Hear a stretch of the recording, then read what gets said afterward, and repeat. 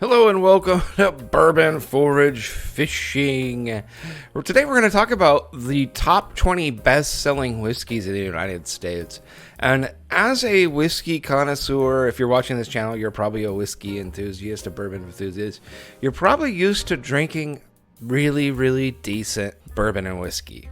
And when you look at this top 20 sales of top 20 whiskeys, you might be a little surprised / shocked. And it kind of makes you realize, like, it puts things into perspective. The luxury or high-end whiskey market, that slice of the market, the pie, maybe isn't so big. If we just take a look to the top. Number 1, of course, is Jack Daniel's. Number 7. Number 2, though, Crown Royal. Not great.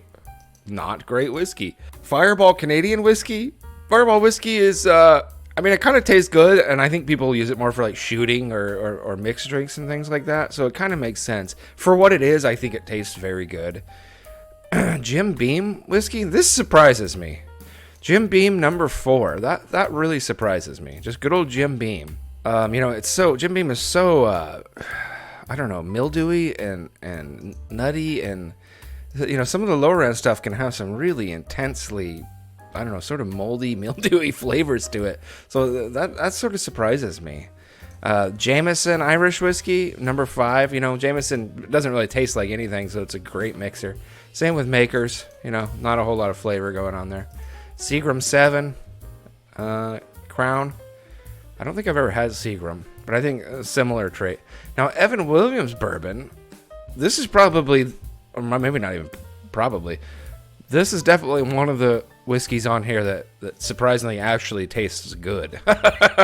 Evan Williams puts out some really decent products, especially for the price point. A lot of Evan Williams stuff is $20-$30 depending on where you're at, and a lot of times you'll see their bottles as the top budget drinking bottles and things like that. So Black Velvet Canadian whiskey, which I heard is not great. I do think that's flavored. This one really surprised me. Number 10 is Johnny Walker Scotch whiskey. Why, people? Why? That stuff is so smoky.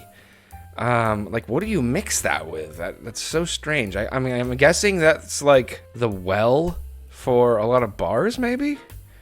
Making cocktails like the old fashions. I don't know. I don't know. Maybe you guys can let me know in the comment section. That to me is very strange. That's an outlier. Number 11 is Wild Turkey bourbon whiskey.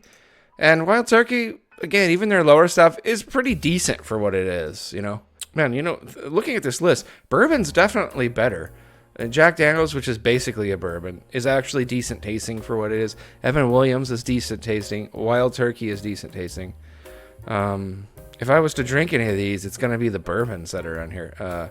Not so much Jim Beam and Makers, but Bullet Bourbon Whiskey is number 12. That's kind of surprising. And Bullet's okay. Southern Comfort, I've also never had. If anybody have ever tried that in the comments, just let me know. Canadian Mist Whiskey and Canadian Club Whiskey. Ugh. Canadian Whiskey is so gross.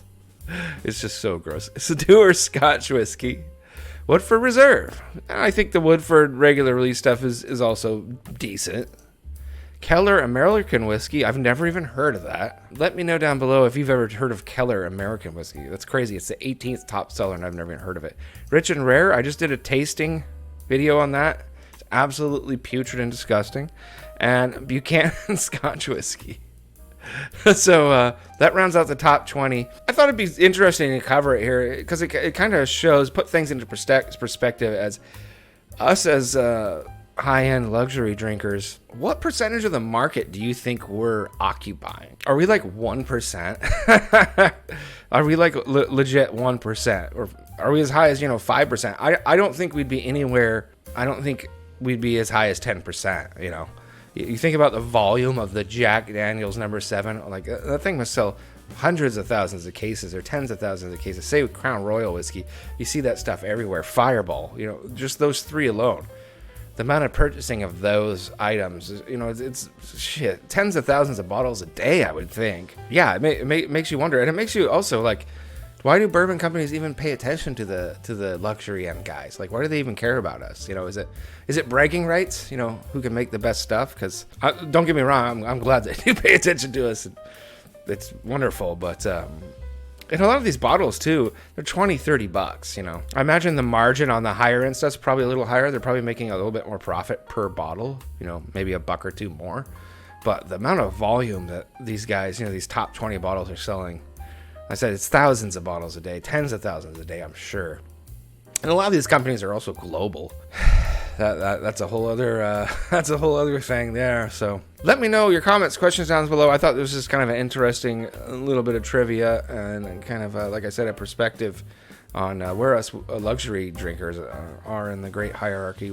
I don't think we're particularly important. You've been watching Bourbon Forage Fishing. Thank you for watching and take care.